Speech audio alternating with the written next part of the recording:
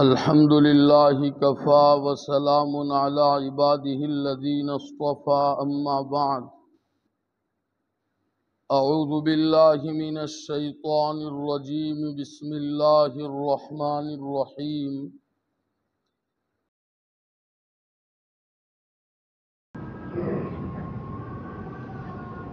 الحمد لله وحده والصلاة والسلام على من لا نبي بعده أما بعد أعوذ بالله من الشيطان الرجيم بسم الله الرحمن الرحيم وعاشروهن بالمعروف وعن عبد الله بن عمرو بن العاص رضي الله تعالى عنه قال رسول الله صلى الله عليه وسلم يا عبد الله ألم تخبر بأنك تصوم النهار وتقوم الليل؟ قلت بلى يا رسول الله. قال لا تفعل، صم وأفطر وقم ونم، أو كما قال عليه الصلاة والتسليم. وعن أبي هريرة رضي الله تعالى عنه قال رسول الله صلى الله عليه وسلم شر الطعام طعام الوليمة يدعى لها الأمراء ويترك الفقراء، ومن لم يجب الدعوة فقد عصى الله ورسوله، أو كما قال عليه الصلاة والتسليم. گرامی قدر حضرات علماء کرام، بزرگوں اور میرے عزیز نوجوان، اللہ رب العزت نے جس طرح مخلوقات کو پیدا فرمایا، ان مخلوقات کے لیے الگ الگ قسم کی ضرورتیں بھی پیدا فرمائی.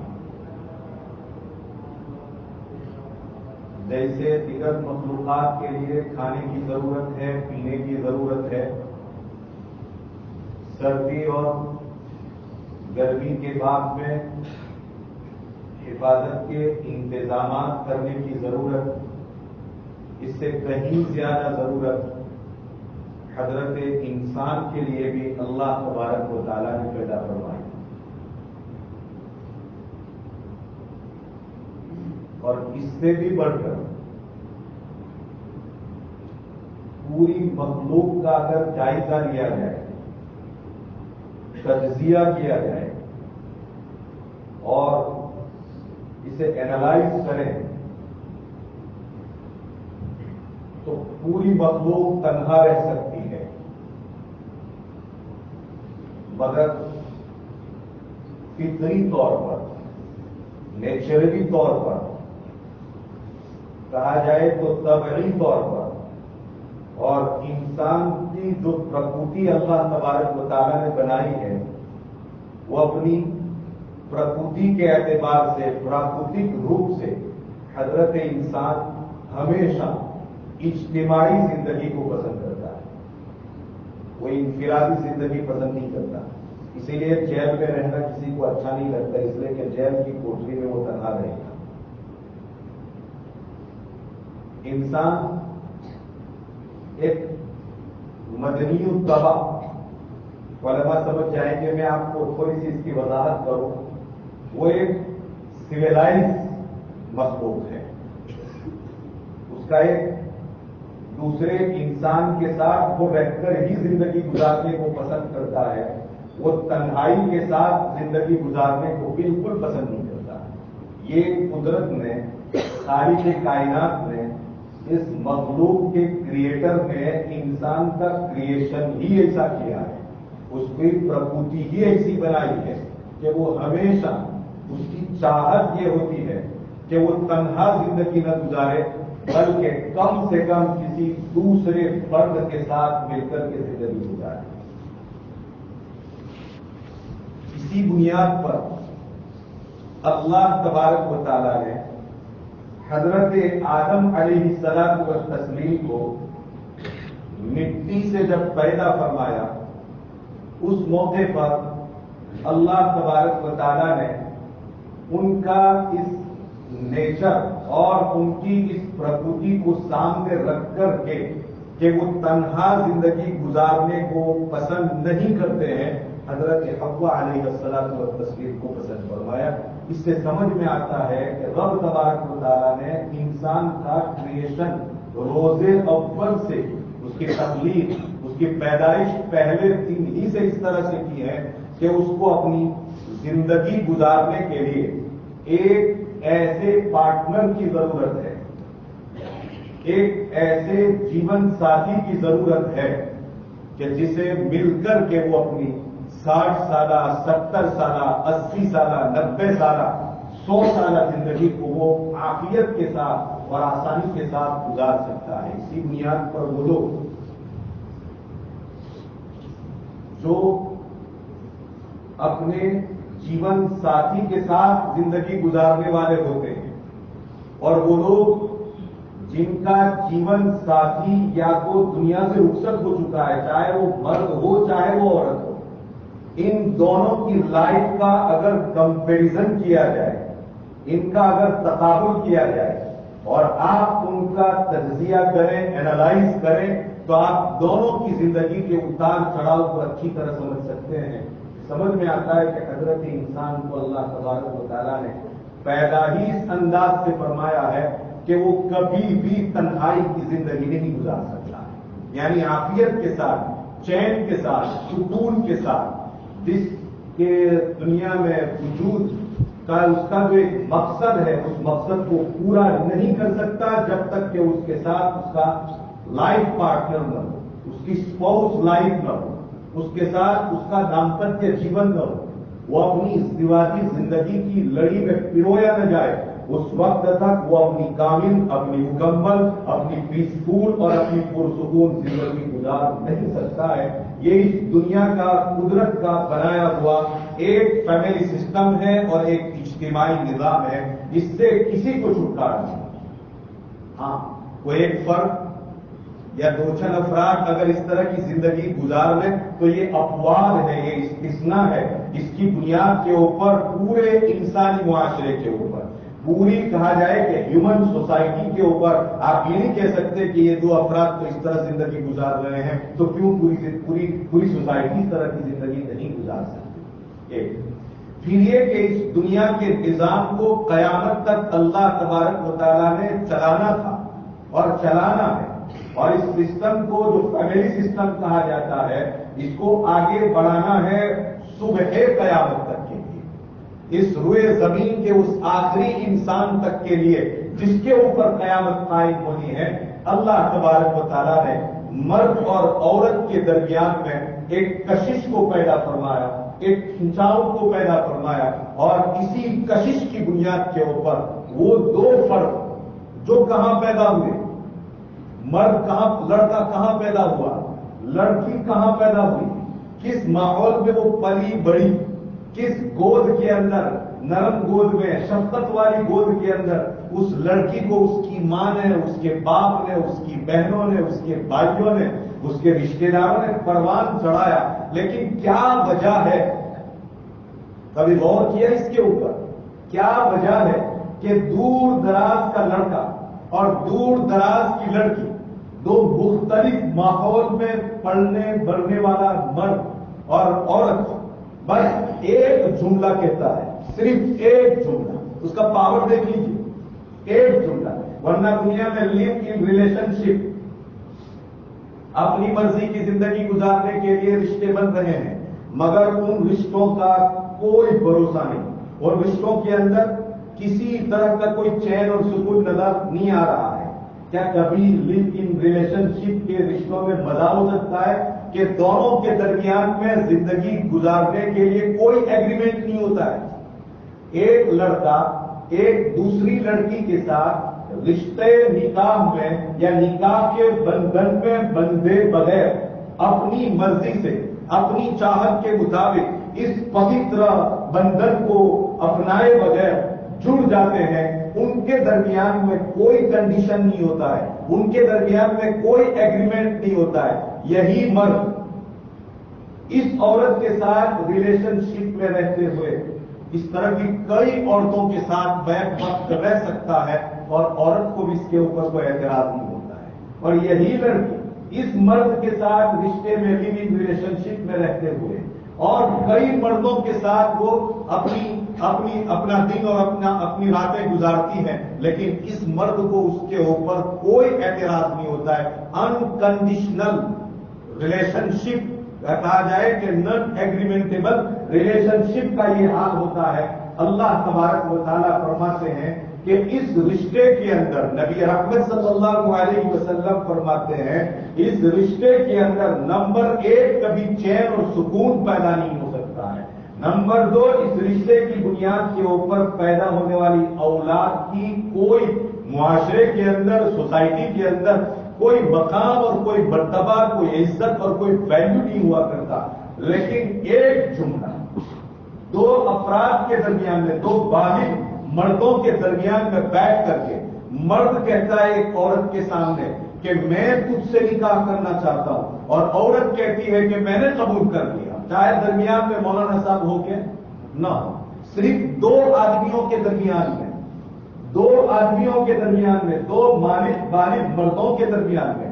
ایک عورت، بالغ عورت اور ایک بالغ مرد صرف اتنا جملہ کہہ دیتا ہے کہ میں تیرے ساتھ رشتے نکاح کرنا چاہتا ہوں، اور عورت اس کی طرف سے صرف ایک جملہ کہ میں اس کے لیے تیار ہوں، میں نے قبول کر لیا، بس. یا مرد اس طرح کی بات کہہ دیتا ہے. کیا وجہ ہے کہ دور دراز اور دن کے درمیان میں کوئی ریلیشن شپ نہیں تھی اب تک، نہ کوئی خونی رشتہ تھا ان کے درمیان میں، نہ کوئی سوسائٹی کا رشتہ تھا ان کے درمیان میں، بس 1 منٹ کی بات کے اندر ایسے جڑ جاتے ہیں کہ بس زندگی کے آخری سانس تک کا ایگریمنٹ ہو جاتا ہے اس رشتے کے اندر. اسے ایک بات سمجھ میں آتی ہے کہ اللہ تبارک و تعالیٰ نے حضرت انسان کو اسی طرح سے پیدا فرمایا ہے کہ وہ کبھی بھی تنہائی کی زندگی کو ٹھیک سے نہیں گزار سکتا ہے. اس لیے نکاح کا یہ رشتہ پیاری شریعت کے اندر اور پاکیزہ شریعت کے اندر اللہ تبارک و تعالیٰ نے نبی اکرم صلی اللہ علیہ وسلم کے واسطے سے امت کو عطا فرمایا ہے. چاہے وہ امت مسلمہ ہو یا کوئی بھی امت ہو، اس طرح کے بندھن میں جب بندھ جاتی ہے تو اس کی بنیاد کے اوپر دونوں کے درمیان میں پیار اور محبت کا ایک فضا، پیار اور محبت کا ایک واتاورن تیار ہوتا ہے. اور اس فضا کے اندر اور اس ماحول کے اندر جب یہ دونوں آگے بڑھتے ہیں تو ایک وقت ایسا آتا ہے کہ تمام رشتہ داریاں ایک جانب، تمام تعلقات ایک جانب، یہاں تک کہ مرد اور عورت اتنے مضبوط بندھن میں بندھ جاتے ہیں کہ اس کی بنیاد کے اوپر اگر کوئی دوسرے رشتہ دار کی وجہ سے اس رشتے کے اندر کوئی آنچ آتی ہے اور کوئی دخل اندازی ہوتی ہے تو یہ اس کو ریجیکٹ کر دیتا ہے ان تمام رشتوں کو، اور کہتا ہے کہ اس وقت مسئلہ میرا اور میری بیوی کا ہے. یہ اتنا پوتر بندھن ہے. تبھی تو آپ دیکھیں سرکار دو عالم صلی اللہ علیہ وسلم کی 9 یا 11 بیویوں کے بعد میں ذرا آپ اس رشتے کو پڑھیں. کوشش کی ہے کبھی شادی کرنے کے لیے تو تیار، لڑکا لڑکی، معاشرے کے اندر ہر فرد کی زندگی کی ایک امنگ یہ ہوتی ہے، مگر کیا کبھی غور کرنے کی کوشش کی؟ کیا کبھی اس بات کی اسٹڈی کرنے کی ہم نے سوچا؟ کیا کبھی ہم نے اس بات کو کہ بھائی مجھے اپنی زندگی کے قیمتی لمحات موت تک آنے والی لڑکی کے ساتھ گزارنے ہیں؟ یا اس لڑکی نے کبھی سوچا کہ اس مرد کے ساتھ جس سے میں اپنے آپ کو جوڑنا چاہتی ہوں مجھے زندگی کا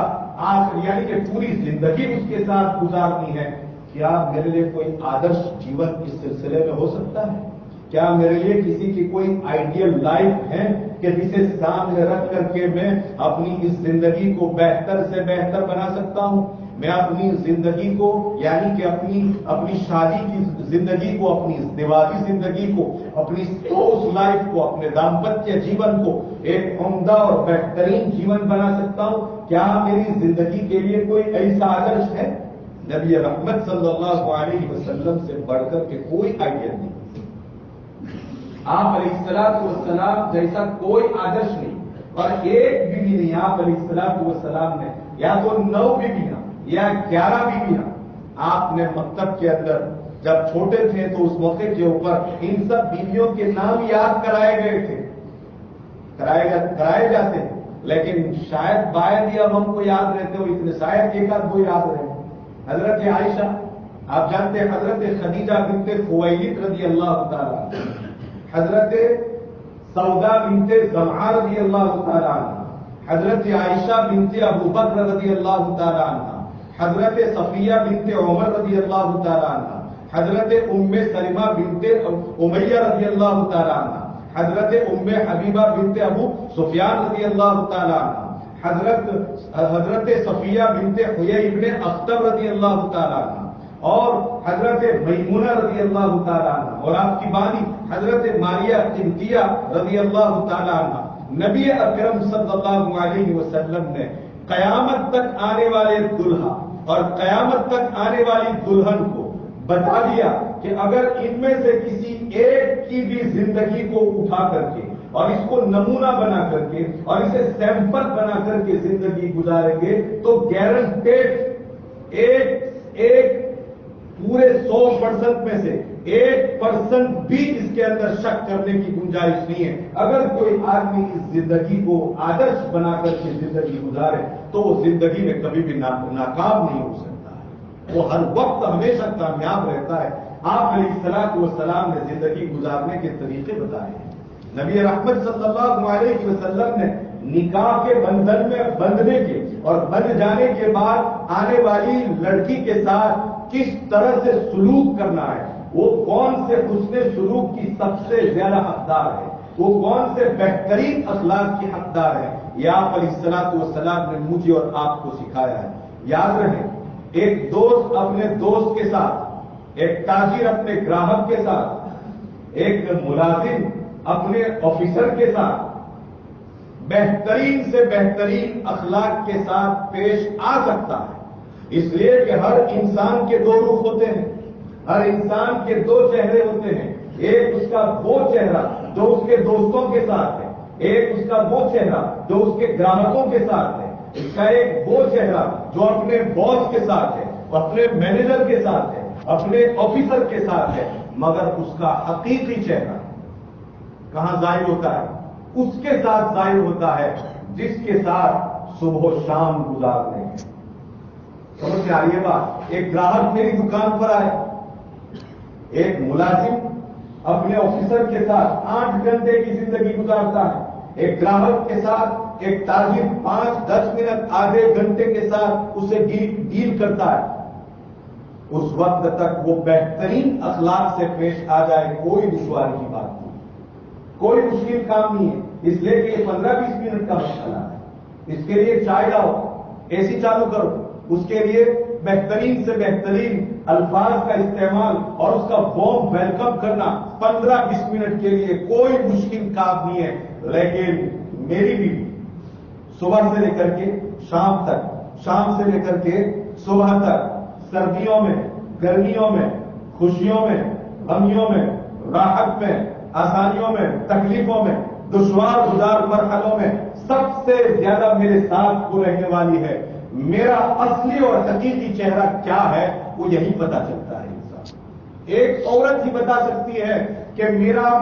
میاں یا سوسائٹی کا یہ انسان کتنا بہترین اخلاق کا حامل ہے۔ اس کا سب سے بڑا فیصلہ اگر کوئی کر سکتی ہے تو وہ بیوی کر سکتی ہے اور کوئی نہیں کر سکتا۔ ایک دوست مجھے اچھا کہے تو کہہ سکتا ہے، اس لیے کہ اس کے ساتھ مجھے کتنی زندگی گزارنی ہے، میں اس کے ساتھ تکلف کرتے ہوئے، تصنع کرتے ہوئے بناوٹی اور آرٹیفیشل اچھے اخلاق کو پیش کر سکتا ہوں، لیکن میری بیوی کے ساتھ میرا صبح و شام کا یہ رشتہ ہے، وہاں پر میری اصلیت کا پتہ چلتا ہے۔ اسی لیے نبی اکرم صلی اللہ علیہ وسلم نے فرمایا کہ کہ بہترین انسان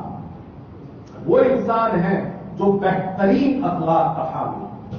بہترین انسان وہ انسان ہے جو بہترین اخلاق کا حامل ہو۔ اور پھر آپ علیہ الصلوۃ والسلام نے فرمایا اور ان میں بھی سب سے بہتر انسان وہ ہے جو اپنی بیوی کے ساتھ حسن اخلاق کے ساتھ پیش آتا۔ پہلے فرمایا بہترین انسان وہ ہے جس کے عمومی اخلاق سب سے بہتر ہو، اور پھر ان میں سب سے بہتر انسان وہ ہے جس کے اپنے اخلاق اپنی بیوی کے ساتھ اچھے ہو۔ انسان اپنے دوست کے ساتھ بڑی مسکراہٹوں کے ساتھ پیش آتا ہے، لیکن یہی انسان جب اپنے گھر میں آتا ہے تو کڑی پی کر کے گھر میں داخل ہوتا ہے۔ کیا ہوا جناب؟ ابھی باہر خوش و خرم نظر آ رہا تھا، لیکن جب یہاں پر پہنچ رہا ہے تو بیوی کے ساتھ گھر کے اندر داخل ہوتے ہی حضرت کا اصلی مزاج سامنے آ جاتا ہے۔ اب بیوی کہتی ہے جب مسائل کھڑے ہوتے ہیں اور اپنے دوست و احباب کو بلا کر کے اس کے سامنے جب وہ بات پیش کرتی ہے، دوست تو سنتے ہیں کہ نہیں میرا دوست ہرگز ایسا نہیں ہو سکتا ہے۔ کیوں؟ اس لیے کہ میں صبح و شام اس کے ساتھ رہتا ہوں۔ بھلا صبح و شام رہ کر کے آپ فیصلہ نہ کریں، اس لیے کہ بہترین فیصلہ اگر کوئی کرے گی تو اس کی بیوی کرے گی، وہی بتائے گی کہ اس کے اخلاق کیسے ہیں، وہ کتنے کتنے کتنے اچھے طریقے سے میرے ساتھ پیش آتا ہے یا کس برے طریقے کے ساتھ پیش آتا ہے۔ یہ بات میں نہیں کہتا ہوں اس مسجد کے اندر بیٹھ کر، میں سرکار مدینہ صلی اللہ علیہ وسلم کے وہ الفاظ آپ کے سامنے سنانا چاہتا ہوں جو الفاظ آپ نے اس معاشرے کے سامنے کہے تھے جس معاشرے میں غلام سے بدتر سلوک ایک عورت کے ساتھ کیا جاتا ہے۔ آپ علیہ الصلوۃ والسلام نے ایک موقع پر یہ بات بیان فرمائی، لا یجلد احدکم جلد جلد العبد، تم میں کا کوئی انسان اپنی بیوی کو غلاموں کی طرح نہ پیٹے۔ ہم نے بہت دیکھا تو نہیں لیکن سنا ضرور ہے کہ جس طرح ایک بھینس کے اوپر لاٹھی چلائی جاتی ہے، کبھی جہالت کا عالم یہ ہوتا ہے کہ اسی لاٹھی کو اٹھایا جاتا ہے اور کہا جاتا ہے کہ ماں اگر نہیں مانتے تو یہی تمہارے اوپر چلائی جائے۔ لا یجلد، تم میں کا کوئی انسان اپنی بیوی کو غلاموں کی طرح نہ مارے، وہ تمہارے اس طرح کے سلوک کی قطعاً حقدار نہیں ہے۔ نبی اکرم صلی اللہ علیہ وسلم نے فرمایا استوصوا بہن خیرا، میں تمہیں عورتوں کے باب میں ایک بہترین وصیت کر رہا ہوں، اس وصیت کو مجھ سے قبول کر لو۔ اس وصیت کو استوصوا کے مفہوم میں یہ بات ہے، استوصوا، مجھ سے اس وصیت کو قبول کر لو، میری اس نصیحت کے اوپر عمل کر لو، میرے اس تاکیدی حکم کو گلے کا ہار بنا لیجئے۔ اور پھر آپ علیہ الصلوۃ والسلام نے فرمایا کیوں؟ فإنهن خلقن، اس بنیاد پر کہ یہ پسلی سے پیدا ہوئی ہے اور پسلی میں اوپر والا حصہ انتہائی زیادہ ٹیڑھا ہوا کرتا ہے۔ فإن ذهبت تقيما، اگر اس پسلی کو جو اوپر کے حصے کے اندر ہے درست کرنے کی کوشش کریں گے وہ ٹوٹ جائے گی، اور اگر اس کو ایسے ہی رہنے دیں گے تو وہ ویسے ہی رہے گی۔ بہترین ڈیل کرنے کا نبی پاک علیہ الصلوۃ والسلام نے بہترین طریقہ بیان فرمایا ہے۔ ایک ایک ازواج کو اٹھا کر کے لیا جائے۔ میں پچھلے 2 سال سے میں نبی رحمت صلی اللہ علیہ وسلم کی 11 بیویوں کے ساتھ آپ علیہ الصلوۃ والسلام کا کیا سلوک رہا ہے، 11 بیویوں کے ساتھ کیا سلوک رہا ہے، آپ نے ان کو مقام ناز میں کیسے برداشت کیا ہے، آپ انہیں کنڈیشن خراب ہوتی تھی تو آپ کیسے ویل مینیجر ثابت ہوئے ہیں اس سلسلے کے اندر۔ آپ نے جب گھر کا ماحول خراب ہوتا تھا، چونکہ سوگنوں کے مسائل بھی ہوتے ہیں، آپ علیہ الصلوۃ والسلام نے اس کو کس طرح حل کیا ہے۔ مسائل یہاں بھی کھڑے ہوتے ہیں، ایک جانب میں میری بیوی ہے اور دوسری جانب میں میری بہن ہے، ایک جانب میں میری بیوی ہے دوسری جانب میں میری ماں ہے۔ اس موقع کے اوپر سرکار دو عالم صلی اللہ علیہ وسلم نے کیا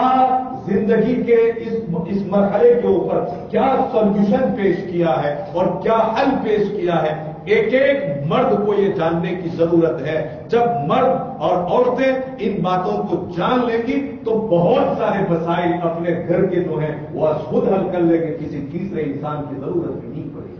میں ایک ایک واقعہ پکڑ کر آپ کے سامنے اس مقام پر بیان کر سکتا ہوں کہ آپ کے گھر کے اندر بھی تو اس طرح سے کبھی کبھی پیش آ جاتا تھا۔ آپ علیہ الصلوۃ والسلام اس کو کس طرح حل کر لیں؟ آپ نے اپنی ازواج مطہرات کے ساتھ اپنی پاکیزہ بیویوں کے ساتھ کس طرح کی زندگی گزاری ہے، کس طرح بے تکلفانہ زندگی گزاری ہے. یہاں ماحول ہوتا ہے گھر کے باہر دوست احباب کے ساتھ، دوسرے رشتہ داروں کے ساتھ خوش و خرم، اور گھر میں آنے کے بعد جیسا کہ میں نے ابھی کہا ایک دم سے مزاج میں تبدیلی. اگر عورت مزاج بھی کرنا چاہے کہ میرا موڈ ٹھیک نہیں ہے اس مقام کے اوپر، میں بہت موڈلیس آدمی ہوں، میری ملازمت پر یہ مسئلہ ایسا ہو گیا ہے، آؤ میں سرکار دو عالم صلی اللہ علیہ وسلم کی زندگی کا وہ باب، چونکہ وقت بھی ایک دم قریب ختم ہو رہا ہے، میرے فاؤنڈیشن کے بعد کا جو مرحلہ آتا تھا وہ یہی تھا، لیکن میں انشاءاللہ بس جو آپ نے وقت دیا ہے 1 منٹ بھی آگے بڑھنے کی کوشش نہیں کروں گا انشاءاللہ. بات پوری کر رہا ہوں اپنی. نبی رحمت صلی اللہ علیہ وسلم، حضرت عائشہ صدیقہ رضی اللہ تعالیٰ عنہ، حضرت سودا بنت زمعہ رضی اللہ تعالیٰ عنہ، غالباً یہ پہلی مرتبہ یہ واقعہ میں آپ کے سامنے بیان کر رہا ہوں. حضرت عائشہ فرماتی ہیں ایک مرتبہ ایسا ہوا کہ آپ علیہ الصلوۃ والسلام، میں اور حضرت عائشہ فرماتی ہے میں اور حضرت سودا بنت زمعہ رضی اللہ تعالیٰ عنہ، آپ علیہ الصلوۃ والسلام کی یہ 2 بیویاں ہیں، فرماتی ہیں کہ آپ ایک پاؤں میری گود میں رکھے ہوئے تھے، دوسرا پاؤں حضرت سودا بنت زمعہ رضی اللہ تعالیٰ عنہ کی گود میں رکھے ہوئے تھے. اور میرے دماغ میں آیا کہ لاؤ آج میں تھوڑی سی دل لگی کروں. یہ دل لگیاں کسی پڑھائی عورتوں کے ساتھ ہوگی یا اپنی بیوی کے ساتھ ہوگی؟ بے تکلفی اپنی عورت کے ساتھ ہوگی یا کسی دوسری کے ساتھ ہوگی؟ میں سرکار کی سیرت کو بیان کر رہا ہوں آپ کے سامنے، نبی رحمت صلی اللہ علیہ وسلم کی زندگی کو بیان کر رہا ہوں، آپ کے گھر کے ماحول کو بیان کر رہا ہوں. باہر کا ماحول آپ نے سنا، آپ کے گھر کے اندر کا ماحول کیسا تھا ذرا اس کو بھی سن لیجئے. فرماتی ہے حضرت عائشہ صدیقہ رضی اللہ تعالیٰ عنہ خود فرماتی ہے کہ ایک پاؤں میری گود میں تھا، دوسرا پاؤں حضرت سودا بنت زمعہ رضی اللہ تعالیٰ عنہ کی گود میں تھا، اور میں نے ایک مالیدہ یا ایک حلوہ جو ایک پلیٹ کے اندر یا ایک پیالے کے اندر تھا لیا، اور میں نے سوچا کہ لاؤ آج میں سرکار کی دل لگی کروں، اور لیا اور میں نے نبی رحمت صلی اللہ علیہ وسلم کے چہرے کے اوپر اس کو مل دیا. میں نے لے کر کے آپ کے چہرے کے اوپر اس کو مل دیا. آپ نے دیکھا، سرکار مدینہ صلی اللہ علیہ وسلم نے دیکھا کہ عائشہ نے اس طرح سے کیا. آپ نے اپنا پاؤں ہٹایا میری گود میں سے، اور پھر اسی میں سے اسی پیالے کے اندر سے جو حلوہ یا جو مالیدہ یا جو بھی چیز تھی اس کو آپ نے اپنے ہاتھ میں لیا اور میرے چہرے کے اوپر مل دیا. اس طرف ایک بیوی اور ایک شوہر کے درمیان میں ایک خوشگوار ماحول کس طرح سے بنایا جا سکتا ہے، حضرت عائشہ صدیقہ رضی اللہ تعالیٰ عنہا نے اس انداز سے اس کو بیان فرمایا ہے. آپ کچھ سمجھ تو رہے ہیں. ہماری بے تکلفی، دوست احباب کے ساتھ کیک کھاتے ہیں، اس کے چہرے کے اوپر مل دیتے ہیں کیونکہ اس کا برتھ ڈے ہے، اس کی اینیورسری، پتہ نہیں کیا کیا ہے، اور اس کے ساتھ یہ سلوک تو ہوتا ہے. لیکن اپنی اسپاؤس لائف میں، اپنی زندگی کے اندر اپنی بیوی کے ساتھ انسان کا دل لگی کا اس طرح کا کوئی ماحول نہیں ہوتا ہے. کبھی اپنے گھر کے اندر اپنی زوجہ محترمہ کی تعریف نہیں کرتا. ایک عورت کی سب سے بڑی سوغات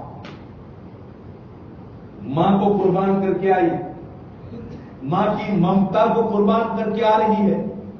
اپنی بہنوں کا پیار قربان کر کے آ رہی ہے، اس آنگن کو قربان کر کے آ رہی ہے جہاں پر اس کا بچپن گزرا تھا، جہاں وہ اچھلتی تھی کودتی تھی، اس کو کوئی کہنے والا نہیں تھا. آج میرے گھر کے اندر ہمیشہ ہمیشہ کے لیے میری بیوی بن کر کے آ رہی ہے. اس کی سب سے بڑی سوغات یہ ہوتی ہے کہ میرا میاں مجھے دیکھ کر کے میرے لیے چند تعریف کے کلمات کہے. نبی اکرم صلی اللہ علیہ وسلم نے حضرت عائشہ صدیقہ رضی اللہ تعالیٰ عنہ کے لیے یہ جملے ارشاد فرمائے تھے کہ فضل عائشہ علی النساء، فضل عائشہ علی النساء یا علی سائر النساء کا فضل السریر علی سائر الطعام. جس طرح سریر وہ کھانا جو بڑے بوڑھے کھایا کرتے تھے اب تو گھر سے وہ بھی نکل گیا. سالن ہوتا تھا کم تیل والا، زیادہ پانی والا، روٹلی اور روٹلا اس کے اندر توڑ کر کے ڈال دیا، جس کو ہم چوڑا ہوا کھانا کہتے ہیں، اس کو عربی زبان میں سریر کہا جاتا ہے. سرکار دو عالم صلی اللہ علیہ وسلم فرماتے ہیں بہت سارے کھانے تو ہیں کھانے کے لیے، لیکن سریف یعنی یہ چوڑا ہوا کھانا اتنا لذیذ لگتا ہے اور اس کی جو فضیلت دوسرے کھانوں کے اوپر ہے، میری عائشہ کی فضیلت تمام عورتوں پر ایسی ہی ہے۔ اتنی محبت کا آپ علیہ الصلوۃ والسلام اظہار فرماتے تھے۔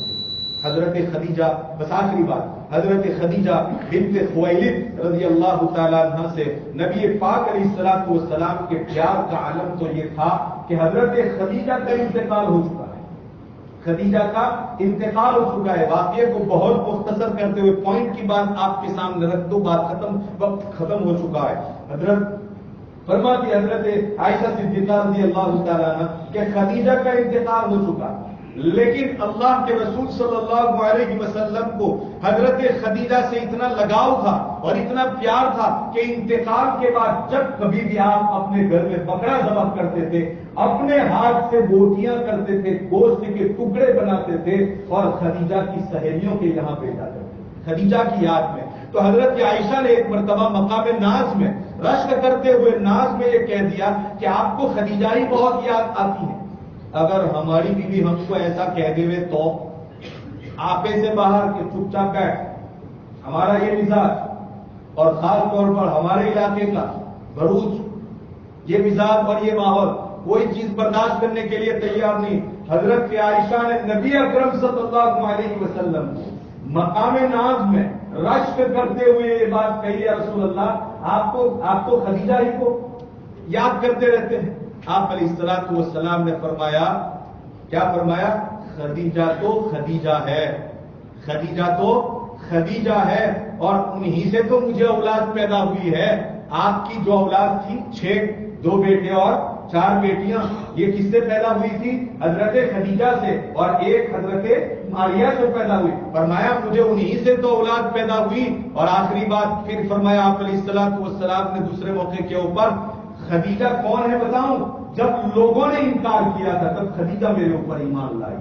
جب لوگ مجھے جھٹلاتے تھے معاشرے کے اندر، خدیجہ نے میری کیا کی تھی؟ تصدیق کی تھی۔ جب مجھے سخت ضرورت تھی، خدیجہ نے میرے اوپر اپنا مال لٹایا تھا۔ دوستو، میرے بزرگوں، معاف کریں، یہ زندگی گزارنے کا یہ طریقہ ہے جو پیارے آقا جناب محمد رسول اللہ صلی اللہ علیہ وسلم نے مجھے اور آپ کو سکھلایا ہے۔ دعا کرتے ہیں اللہ تبارک و تعالیٰ ہونے والے اس فہیم کو جو ہے فہیم کے نکاح کو بے حد قبول فرماویں، اور عزیزم فہیم ہی کی دعوت کے اوپر ہم یہاں پر آج آئے تھے، اور انہوں نے مجھے درخواست بھی کی تھی اور ان کی چاہت بھی تھی کہ نکاح ہی کے عنوان